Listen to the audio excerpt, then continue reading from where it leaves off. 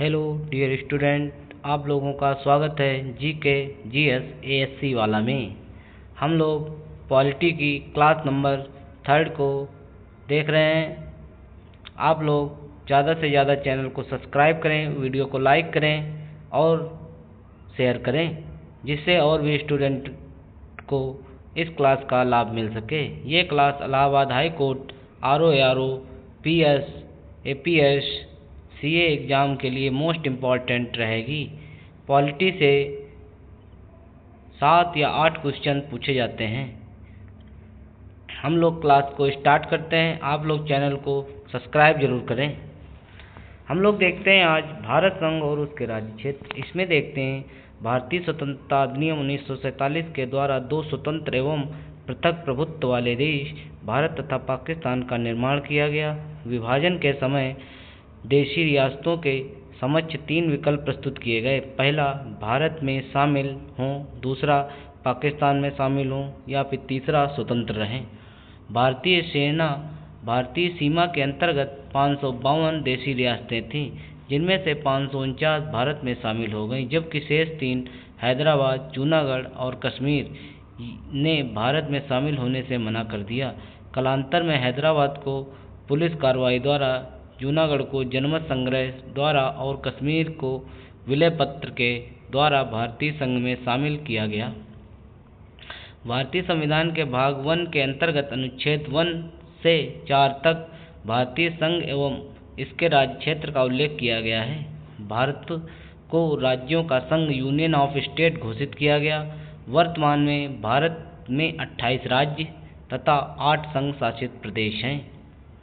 Note में देखते हैं, दादर और नगर हवेली तथा दमन और दीव केंद्र शासित प्रदेश का विलय अधिनियम 2019 के तहत 2 केंद्र शासित प्रदेशों यथा 1 दादरा और नगर हवेली तथा 2 दमन और दीव का आपस में विलय हो जाने के उपरांत वर्तमान में देश में केंद्र शासित प्रदेशों की कुल संख्या 8 हो गई है।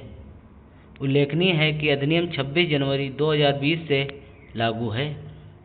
अनुच्छेद 1 के तहत संघ का नाम इंडिया, दैट इज भारत, तथा राज्य क्षेत्र का उल्लेख किया गया। अनुच्छेद 2 के तहत राज्यों का प्रवेश या स्थापना का अधिकार संसद को प्रदान किया गया है। देखते हैं अनुच्छेद 3 के तहत नए राज्यों का निर्माण वर्तमान राज्यों के क्षेत्रफल, सीमा व नाम में परिवर्तन की शक्ति संसद को प्राप्त है। आगे देखते हैं, नोट में अनुच्छेद 2 तथा 3 के तहत संसद द्वारा किए गए संशोधन को अनुच्छेद 368 के तहत संशोधन नहीं माना जाएगा। इसे संसद द्वारा सामान्य बहुमत और साधारण विधायी प्रक्रिया से संशोधित किया जा सकता है। आगे देखते हैं, संसद संविधान में संशोधन करके किसी भारतीय भूभाग को किसी अन्य देश को सौंप सकती है। जून 1948 में भारत सरकार ने एस के धर की अध्यक्षता में भाषाई प्रांत आयोग की नियुक्ति की। इस आयोग ने अपनी रिपोर्ट दिसंबर 1948 में पेश की। आयोग ने राज्यों का पुनर्गठन भाषाई आधार के स्थान पर प्रशासनिक सुविधा के अनुसार किए जाने की सिफारिश की। दिसंबर 1998 में कांग्रेस द्वारा एस के धर कमीशन की अनुशंसाओं का अध्ययन करने हेतु जेवीपी समिति का गठन किया गया। आगे देखते हैं, जवाहरलाल नेहरू, वल्लभ भाई पटेल और पट्टाभी सीतारमैया शामिल थे। अप्रैल 1949 में प्रस्तुत अपनी रिपोर्ट में इस समिति ने अनौपचारिक रूप से अस्वीकार किया कि राज्यों के पुनर्गठन का आधार भाषा होना चाहिए। हालांकि पोट्टी श्री रामालू ने 56 दिन की भूख हड़ताल के बाद मृत्यु के कारण अक्टूबर 1953 में भारत सरकार को भाषा के आधार पर आंध्र प्रदेश राज्य का गठन करना पड़ा। आंध्र प्रदेश भाषा के आधार पर गठित होने वाला देश का पहला राज्य है। भारत संघ के राज्यों के पुनर्गठन के लिए राज्य पुनर्गठन आयोग की स्थापना वर्ष 1953 में की गई। इसके अध्यक्ष फजल अली थे। इस आयोग ने वर्ष 1955 में अपनी रिपोर्ट प्रस्तुत की। भारतीय संसद द्वारा राज्य पुनर्गठन अधिनियम 1956 में पारित किया गया। इस अधिनियम के द्वारा भारत संघ में 14 राज्य तथा 6 केंद्रशासित प्रदेश स्थापित किए गए थे। नवंबर 1954 में फ्रांसीसी सरकार द्वारा पांडिचेरी, यनम, चंद्रनगर और केरिकल बस्तियों को भारत सरकार को सौंप दिया गया, जिसे मिलाकर पांडिचेरी संघ राज्य का गठन किया गया। भारत सरकार द्वारा 18 दिसंबर 1961 को पुर्तगालियों पर सैनिक कार्रवाई करके गोवा, दमन व दीव को भारत संघ में मिला लिया गया। राज्य पुनर्गठन अधिनियम 1956 के द्वारा भारत संघ में क्षेत्रीय परिषदों की स्थापना की गई थी। आगे देखते हैं, भारत में 5 क्षेत्रीय परिषदें हैं। केंद्रीय गृह मंत्री इन क्षेत्रीय परिषदों का अध्यक्ष होता है। क्षेत्रीय परिषद और उनके मुख्यालय देख लेते हैं। पूर्वी क्षेत्रीय परिषद मुख्यालय कोलकाता है। पश्चिमी क्षेत्रीय परिषद मुख्यालय मुंबई है। मध्य क्षेत्रीय परिषद प्रयागराज इलाहाबाद है मुख्यालय। उत्तर क्षेत्रीय परिषद मुख्यालय नई दिल्ली है। दक्षिण क्षेत्रीय परिषद चेन्नई मुख्यालय है। पूर्वोत्तर राज्य अर्थात असम, अरुणाचल प्रदेश, मणिपुर, त्रिपुरा, मिजोरम, मेघालय, नागालैंड तथा सिक्किम को क्षेत्रीय परिषद में शामिल नहीं किया गया है। इनकी समस्याओं को पूर्वोत्तर परिषद अधिनियम 1961 के तहत गठित पूर्वोत्तर परिषद द्वारा हल किया जाता है। आगे देखते हैं नए राज्यों का गठन। आंध्र प्रदेश 1 अक्टूबर 1953 को गठन हुआ। गुजरात और महाराष्ट्र 1 मई 1960 को। नागालैंड 1 दिसंबर 1963 को गठन हुआ। हरियाणा का 1 नवंबर 1966 को गठन हुआ। हिमाचल प्रदेश का 25 जनवरी 1971 को गठन हुआ। मणिपुर, मेघालय, त्रिपुरा का 21 जनवरी 1972 को गठन हुआ। सिक्किम का 16 मई 1975 को गठन हुआ। मिजोरम, अरुणाचल प्रदेश 20 फरवरी 1987 को गठन हुआ। आगे देखते हैं, गोवा का 30 मई 1987 को गठन हुआ। छत्तीसगढ़ का 1 नवंबर 2000 को गठन हुआ। उत्तराखंड का 9 नवंबर 2000 को गठन हुआ। झारखंड का 15 नवंबर 2000 को गठन हुआ और तेलंगाना 2 जून 2014 को गठन हुआ। तेलंगाना का 2 जून 2014 का गठन हुआ। अब देखते हैं हम लोग नागरिकता। भारतीय संविधान के भाग 2 के अंतर्गत अनुच्छेद 5 से 11 तक नागरिकता से संबंधित प्रावधान का विवरण है। भारतीय संविधान नागरिकों को एकल मतलब इकहरी नागरिकता प्रदान करता है। अनुच्छेद 11 के तहत संसद को यह शक्ति प्राप्त है कि वह नागरिकता की प्राप्ति और समाप्ति तथा नागरिकता से संबंधित अन्य सभी विषय पर कानून बना सकती है। आगे देखते हैं, नागरिकता अधिनियम 1955 के अनुसार निम्न 5 विधियों से भारतीय नागरिक प्राप्त की जा सकती है। जन्म से नागरिकता प्राप्त की जा सकती है, जन्म से, वंश के आधार पर और पंजीकरण द्वारा और प्राकृतिक रूप से मतलब देशीयकरण द्वारा तथा राज्य क्षेत्र के अधिग्रहण के द्वारा। आगे देखते हैं, संपत्ति का अधिग्रहण भारत की नागरिकता प्राप्त करने का अधिकार नहीं है, किंतु वंश से, जन्म से, वंश के आधार पर तथा देशीयकरण द्वारा भारत की नागरिकता प्राप्त की जा सकती है। आगे देखते हैं, भारतीय नागरिकता का अंत मतलब लोप 3 प्रकार से हो सकती है। किसी अन्य देश की नागरिकता ग्रहण करने पर, नंबर 2 नागरिकता त्यागने पर तथा नंबर 3 सरकार द्वारा वंचित करने पर। आगे देखते हैं, अनुच्छेद 6 में पाकिस्तान से भारत को प्रव्रजन करने वाले कुछ व्यक्तियों की नागरिकता के अधिकार संबंधी उपबंध हैं। अनुच्छेद 7 में पाकिस्तान को प्रव्रजन करने वाले कुछ व्यक्तियों की नागरिकता के अधिकार संबंधी उपबंध हैं। अनुच्छेद 8 में भारत के बाहर रहने वाले भारतीय उद्भव के कुछ व्यक्तियों की नागरिकता के अधिकार संबंधी उपबंध हैं। अनुच्छेद 9 के अनुसार जब कोई व्यक्ति स्वेच्छा से किसी देश राज्य का नागरिक हो जाता है तो उसकी भारतीय नागरिकता स्वतः समाप्त हो जाती है। प्रवासी के रूप में रहने वाले विदेशी व्यक्ति के लिए देशीकरण के आधार पर नागरिकता प्राप्त करने के लिए 12 वर्षों तक निवास करना अनिवार्य है। नागरिकता अधिनियम 1955 की धारा 5(1)(a) के तहत पंजीकरण द्वारा भारतीय नागरिकता प्राप्त करने के लिए भारतीय मूल के व्यक्ति को भारत में 7 वर्ष बिताने होंगे। संसद नागरिकता के अर्जन हेतु शर्तों को नियम करने के लिए सक्षम है। नागरिकता संशोधन अधिनियम 2019 में यह प्रावधान है कि 31 दिसंबर 2014 को या उससे पूर्व भारत में आकर रहने वाले अफगानिस्तान, बांग्लादेश एवं पाकिस्तान के हिंदुओं, सिखों, बौद्धों, जैनों, पारसियों तथा ईसाइयों को अवैध प्रवासी नहीं माना जाएगा।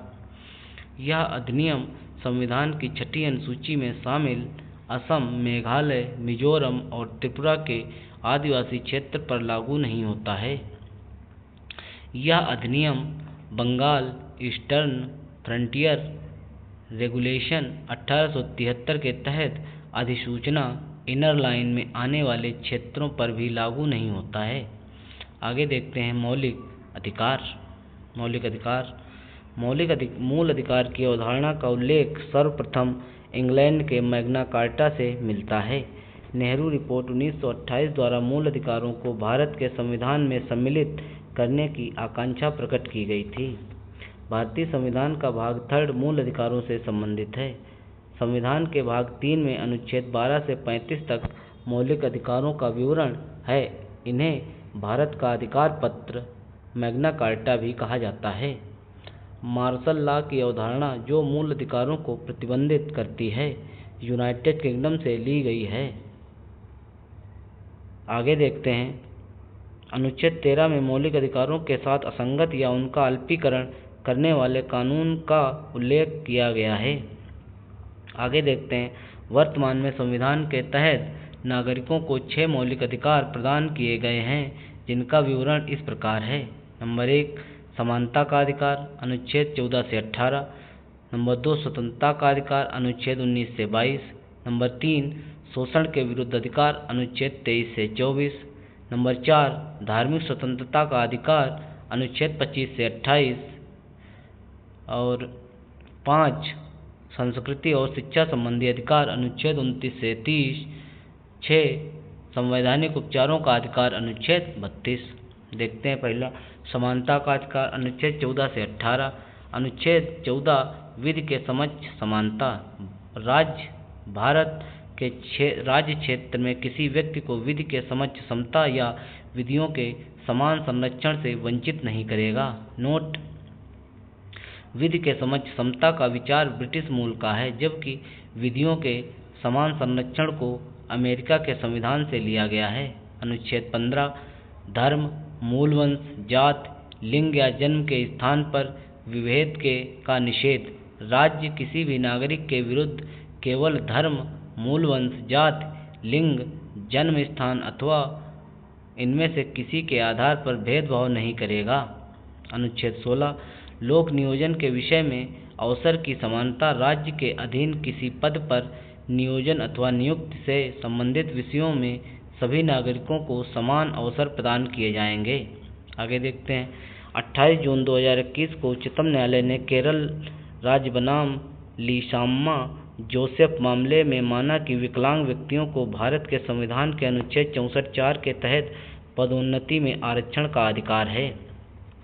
अपवाद: पिछड़ा वर्ग, अनुसूचित जाति और अनुसूचित जनजाति के लिए विशेष प्रावधान का उल्लेख 15(4) और अनुच्छेद 16(4) में किया गया है। संविधान का अनुच्छेद 16(4) स्पष्ट करता है कि आरक्षण जैसी नीतियां समानता के अधिकार का उल्लंघन नहीं है। आगे देखते हैं अनुच्छेद 17 क्या कह रहा है।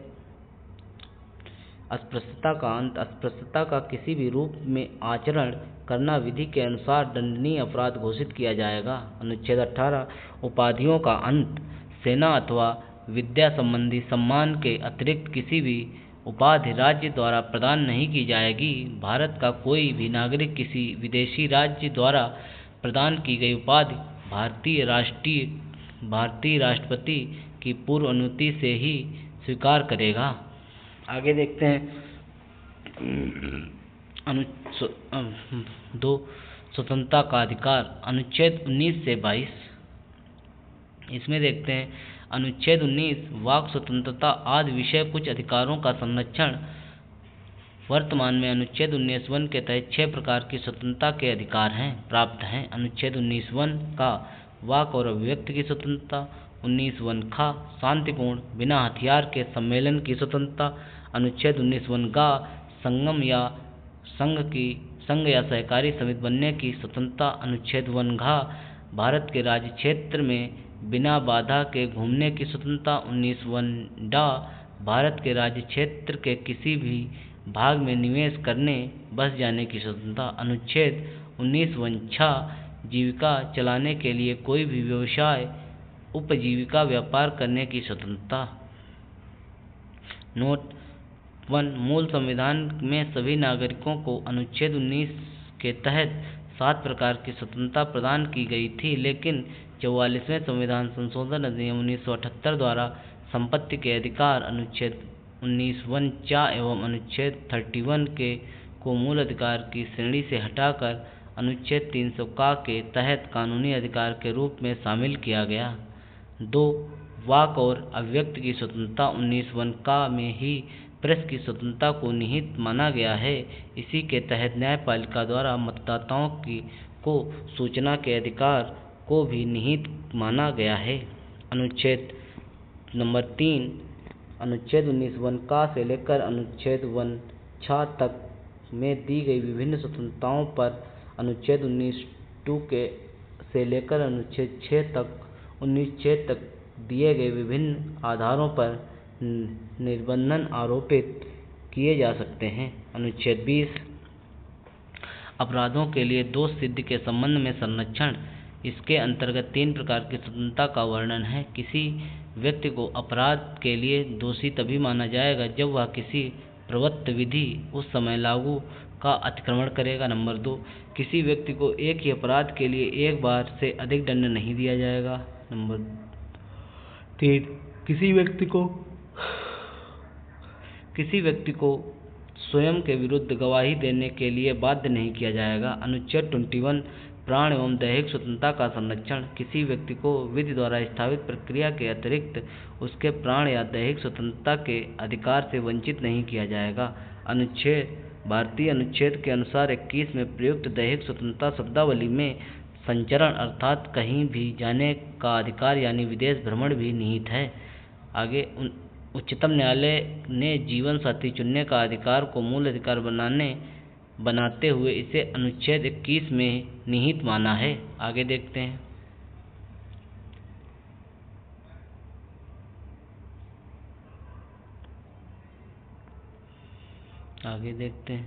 नोट, स्वतंत्र सर्वोच्च न्यायालय द्वारा अनुच्छेद 21 के तहत निहित निम्नलिखित अधिकारों की घोषणा की गई है। नंबर 1, गरिमापूर्ण जीवन का अधिकार। नंबर 2, स्वच्छ पर्यावरण। नंबर 3, जीवन की रक्षा का अधिकार। नंबर 4, निजता का अधिकार। नंबर 5, स्वास्थ्य का अधिकार। नंबर 6, निःशुल्क कानूनी सहायता का अधिकार। नंबर 7, त्वरित सुनवाई का अधिकार। नंबर 8, सूचना का अधिकार। नंबर 9, सार्वजनिक फांसी के विरुद्ध अधिकार। आगे देखते हैं। अनुच्छेद 21 का शिक्षा का अधिकार। राज्य के 6 से 14 वर्ष तक की आयु वर्ग के सभी बच्चों को निःशुल्क एवं अनिवार्य शिक्षा उपलब्ध कराई जाएगी। नोट, 86वें संविधान संशोधन 2002 के द्वारा अनुच्छेद 21 का के तहत 6 से 14 वर्ष तक की आयु के सभी बच्चों के लिए निःशुल्क और अनिवार्य शिक्षा को मौलिक अधिकार का दर्जा प्रदान किया गया है। अनुच्छेद 22, कुछ दशाओं में गिरफ्तारी और निरोध से संरक्षण। किसी गिरफ्तार व्यक्ति को ये अधिकार प्राप्त है। नंबर 1, उसे गिरफ्तारी के कारणों से अवगत कराया जाएगा। नंबर 2, उसे 24 घंटे के अंदर यात्रा के समय को छोड़कर निकटतम दंडाधिकारी मजिस्ट्रेट के समक्ष पेश किया जाएगा। तथा नंबर 3, उसे अपने पसंद के विधि व्यवसायी से परामर्श करने और प्रतिरक्षा करने के अधिकार से वंचित नहीं किया जाएगा। आगे देखते हैं। निवारक निरोध। अनुच्छेद 22 के खंड 3, 4, 5 और 6 में निवारक निरोध के प्रावधानों का उल्लेख किया गया है। उसके अंतर्गत किसी व्यक्ति को अपराध करने से रोकने के लिए उसे अपराध करने से पूर्व गिरफ्तार किया जा सकता है और इस स्थिति में गिरफ्तार व्यक्ति को 3 माह तक की अभिरक्षा में निरुद्ध किया जा सकता है। यदि इससे अधिक समय के लिए गिरफ्तार व्यक्ति को निरुद्ध करना है तो सलाहकार बोर्ड का प्रतिवेदन प्राप्त करना होगा। आगे गिरफ्तार निरुद्ध व्यक्ति को निरोध आदेश के विरुद्ध प्रतिवेदन करने का अधिकार है। नंबर 3, शोषण के विरुद्ध अधिकार। अनुच्छेद 23 से 24। अनुच्छेद 23 के तहत मानव के दुर्व्यापार और बाल श्रम को प्रतिबंधित किया गया है। अनुच्छेद 24 में कारखानों, खान अथवा जोखिम वाले कार्यों में 14 वर्ष से कम आयु वर्ग के बच्चों के नियोजन का प्रतिषेध किया गया है। नंबर 4, धर्म की स्वतंत्रता का अधिकार। अनुच्छेद 25 से 28। 25 के तहत अंतःकरण की और धर्म के आबाद रूप में मानने, आचरण और प्रचार करने की स्वतंत्रता प्रदान की गई है। आगे देखते हैं अनुच्छेद 26। अनुच्छेद 26 क्या कह रहा है? अनुच्छेद 26 के तहत धार्मिक कार्यों के प्रबंधन की स्वतंत्रता प्रदान की गई है। आगे देखते हैं अनुच्छेद 27 के तहत किसी विशिष्ट धर्म की अभिव्यक्ति के लिए करों के सहाय के बारे में स्वतंत्रता प्राप्त है। अनुच्छेद 28 के तहत कुछ शिक्षण संस्थाओं में धार्मिक शिक्षा या धार्मिक उपासना की उपस्थिति होने के बारे में स्वतंत्रता प्रदान की गई है। नोट: कृपाण धारण करना और उसे लेकर चलना सिख धर्म को मानने का अंग समझा जाएगा। 4 नंबर, संस्कृति और शिक्षा संबंधी अधिकार। अनुच्छेद 29 से 30। अनुच्छेद 29 में अल्पसंख्यक वर्गों के हितों का संरक्षण, सुरक्षा संबंधी अधिकार उल्लिखित हैं। अनुच्छेद 30 के तहत अल्पसंख्यक वर्गों के शिक्षा संस्थानों की स्थापना और प्रशासन करने का अधिकार प्रदान किया गया है। अब 5 नंबर, संवैधानिक उपचारों का अधिकार। संवैधानिक उपचारों का अधिकार, इसमें देख लेते हैं अनुच्छेद 32, मौलिक अधिकारों को प्रवर्तित करने हेतु संविधान के अनुच्छेद 32 के तहत सर्वोच्च न्यायालय को 5 तरह के रिट, निर्देश या आदेश जारी करने की शक्ति प्रदान की गई है। ए, बंदी प्रत्यक्षीकरण। नंबर, परमादेश, प्रतिषेध, उत्प्रेरण, अधिकार परीक्षा। बंदी प्रत्यक्षीकरण: न्यायालय द्वारा यह आदेश बंदी व्यक्ति की प्रार्थना पर उसे बंदी बनाने और अधिकार को जारी किया जाता है कि वह बंदी बनाए गए व्यक्ति को संबंधित न्यायालय में उपस्थित करे, जिससे उसको बंदी बनाए जाने के कारणों से वैधता पर विचार किया जा सके। जब न्यायालय को पता चलता है कि किसी व्यक्ति को गैर कानूनी गिरफ्तारी हुई है, तब न्यायालय उसे बंदी बनाने वाले अधिकारी को बंदी प्रत्यक्षीकरण आदेश जारी किया जाता है। परमादेश: जब कोई पदाधिकारी अपने सार्वजनिक कर्तव्यों का निर्वहन नहीं करता है तो न्यायालय द्वारा परमादेश जारी करके संबंधित पदाधिकारी को उसके कर्तव्यों के पालन का आदेश दिया जाता है। आगे देखते हैं प्रतिषेध। सर्वोच्च न्यायालय और उच्च न्यायालयों द्वारा अपने अधीनस्थ न्यायालय को उनके अधिकार क्षेत्र से बाहर के न्यायिक कार्यों को करने से रोकने के लिए यह रिट जारी किया जाता है। डी नंबर, उत्प्रेरण: सर्वोच्च न्यायालय अथवा उच्च न्यायालय द्वारा अपने अधीनस्थ न्यायालयों को यह रिट जारी करके आदेश दिया जाता है कि वह अपने यह लंबित मुकदमे को उसके पास भेजे। ई, अधिकार परीक्षा: जब कोई व्यक्ति ऐसी लोक पद को धारित करता है जिसके लिए उसके पास कोई वैधानिक अधिकार नहीं है, तो न्यायालय उसे अधिकार परीक्षा आदेश के द्वारा पूछता है कि वह किस अधिकार पर वह लोक पद धारण कर रहा है। अनुच्छेद 32, संवैधानिक उपचारों का अधिकार को डॉक्टर भीमराव अम्बेडकर ने संविधान की आत्मा कहा है। राष्ट्रीय आपातकाल: अनुच्छेद 352 में मौलिक अधिकारों का प्रवर्तन अनुच्छेद 20 और 21 को छोड़कर राष्ट्रपति द्वारा निलंबित किए जा सकते हैं। आगे देखते हैं, यह शक्ति राष्ट्रपति को अनुच्छेद 359 के तहत प्राप्त है। भारतीय संविधान के 44वें संशोधन के पश्चात अनुच्छेद 20 एवं 21 के अंतर्गत प्राप्त मूल अधिकारों को निलंबित नहीं किया जा सकता है। केशवानंद भारतीयवाद: 1973 में सर्वोच्च न्यायालय ने निर्णय दिया कि संविधान के मूल ढांचे को छोड़कर संसद मूल अधिकारों में भी भी संशोधन कर सकती है, मूल अधिकारों में भी संशोधन कर सकती है। मूल अधिकार वाद योग्य होते हैं, अर्थात इनको लागू करवाने के लिए न्यायालय की शरण ली जा सकती है। केशवानंद बनाम केरल राज्य मामले में उच्चतम न्यायालय ने संविधान की आधारभूत संरचना के सिद्धांत को स्थगित करते हुए कहा कि राज्य व्यवस्था की लोकतांत्रिक प्रकृति आधारभूत संरचना का अनिवार्य घटक है। आगे देखते हैं राज्य के नीति निर्देशक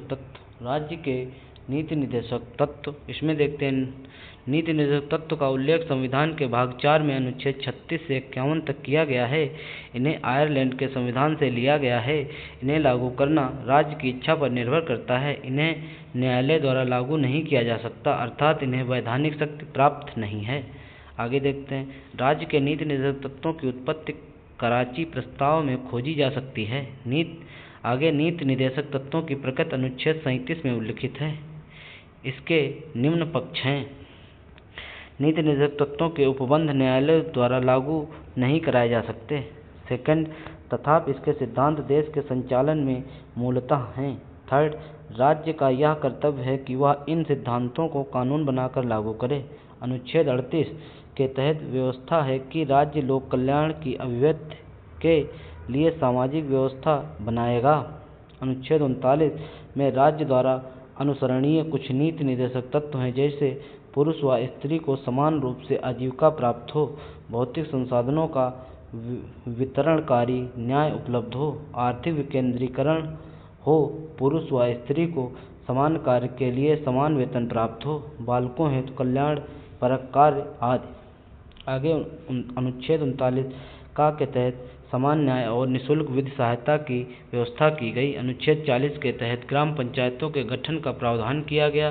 भारतीय संविधान के अनुच्छेद 40 में कहा गया कि राज्य पंचायतों को संगठित करने के लिए कदम उठाएगा और उन्हें ऐसी शक्ति और अधिकार प्रदान करेगा जो उन्हें स्वशासन की इकाइयों के रूप में कार्य करने में सक्षम बनाने के लिए आवश्यक हों। अनुच्छेद 41 के तहत कुछ दशाओं में काम, शिक्षा और लोक सहायता के अधिकार का प्रावधान है। नोट, महात्मा गांधी राष्ट्रीय रोजगार गारंटी अधिनियम 2005 को कार्य के अधिकार के रूप में जाना जाता है, क्योंकि यह भारत सरकार द्वारा उन लोगों को एक वर्ष में 100 दिन के रोजगार की गारंटी देता है जिन्हें कार्य की जरूरत है और जो कार्य करने में सक्षम है। आगे देखते हैं अनुच्छेद 42 के तहत काम की न्याय संगत और मनवोचित दशाओं का तथा प्रसूति सहायता में उपबंध किया गया है। अनुच्छेद 43 के तहत कर्मकारों के निर्वाह, मजदूरी आदि का प्रावधान किया गया है। अनुच्छेद 43 का के तहत उद्योगों के प्रबंधन में कर्मकारों का भाग लेना वर्णित है। अनुच्छेद 44 के तहत नागरिकों के लिए एक समान सिविल संहिता का प्रावधान किया गया। अनुच्छेद 45 के तहत 6 वर्ष से कम आयु के बच्चों के लिए प्रारंभिक बाल्यावस्था की देखरेख और शिक्षा का उपबंध किया गया। अनुच्छेद 46 के तहत अनुसूचित जाति, अनुसूचित जनजाति तथा अन्य दुर्लभ वर्गों के शिक्षा और अर्थ संबंधी हितों की अभिवृद्धि का वर्णन है। अनुच्छेद 47 के तहत पोषाहार स्तर और जीवन स्तर को ऊंचा करने तथा लोक स्वास्थ्य में सुधार करने के राज्यों के कर्तव्यों का उल्लेख है। अनुच्छेद 48 के तहत कृषि एवं पशुपालन के संगठन में से संबंधित प्रावधान किए गए हैं। अनुच्छेद 48 का के तहत पर्यावरण का संरक्षण तथा संवर्धन और वन एवं वन्य जीवों की रक्षा का प्रावधान है। अनुच्छेद 49 के तहत राष्ट्रीय महत्व के स्मारकों, स्थानों और वस्तुओं के संरक्षण का प्रावधान है। आगे देखते हैं अनुच्छेद 50 के तहत राज्य की लोक सेवाओं में कार्यपालिका एवं न्यायपालिका के पृथक्करण का प्रावधान है। अनुच्छेद 51 में अंतर्राष्ट्रीय शांति और सुरक्षा की अभिवृद्धि संबंधी प्रावधान किए गए हैं। मौलिक अधिकार एवं नीति निर्देशक तत्व में अंतर। मौलिक अधिकार, नीति निर्देशक तत्व। नंबर 1, मौलिक अधिकार भारतीय संविधान के भाग 3 में उल्लिखित है। नीति निर्देशक भारतीय संविधान के भाग 4 में उल्लिखित है। मौलिक अधिकार अमेरिका से संविधान से प्रेरित है। इनकी प्रवृत्ति नकारात्मक है। ये वाद योग्य हैं। इनके इनके उल्लंघन पर न्यायालय द्वारा इन्हें लागू कराया जा सकता है। नंबर 5, कानूनी रूप से मान्य है। 6, इन लागू करने के लिए विधान की आवश्यकता नहीं है। नंबर 7, व्यक्तिगत कल्याण को प्रोत्साहन। नंबर 8, नागरिकों को स्वतः प्राप्त है। नीति निर्देशक तत्व में भारतीय संविधान के भाग 4 में उल्लिखित हैं। आयरलैंड के संविधान से प्रेरित है। इनकी प्रकृति सकारात्मक है। ये गैर वाद योग्य हैं। इन्हें न्यायालय द्वारा लागू नहीं कराया जा सकता। नंबर 5, नैतिक एवं राजनीतिक मान्यता प्राप्त है। लागू करने के लिए विधान बनाने की आवश्यकता है। या 7, सामाजिक एवं आर्थिक कल्याण के लिए। या 8, सरकार द्वारा लागू करने के बाद ही नागरिकों को प्राप्त होंगे। मिनर्वा मिल्स मामले में भारत के उच्चतम न्यायालय ने यह राय दी कि भारत के संविधान की स्थापना मौलिक अधिकारों और राज्य के नीति निर्देशक तत्वों के बीच संतुलन की आधारशिला पर की गई है। आज की क्लास को हम लोग यहीं पे समाप्त करते हैं। आगे का पार्ट हम लोग कल देखते हैं। आगे का पार्ट मौलिक कर्तव्य का होगा, जो कि मोस्ट इम्पॉर्टेंट रहेगा एग्जाम की रेस्ट से। आप लोग चैनल को ज़्यादा से ज़्यादा सब्सक्राइब करें, वीडियो को लाइक करें, शेयर करें, जिससे और भी स्टूडेंट को इस क्लास का लाभ मिल सके। मिलते हैं नेक्स्ट पार्ट में जल्द ही। Thank you.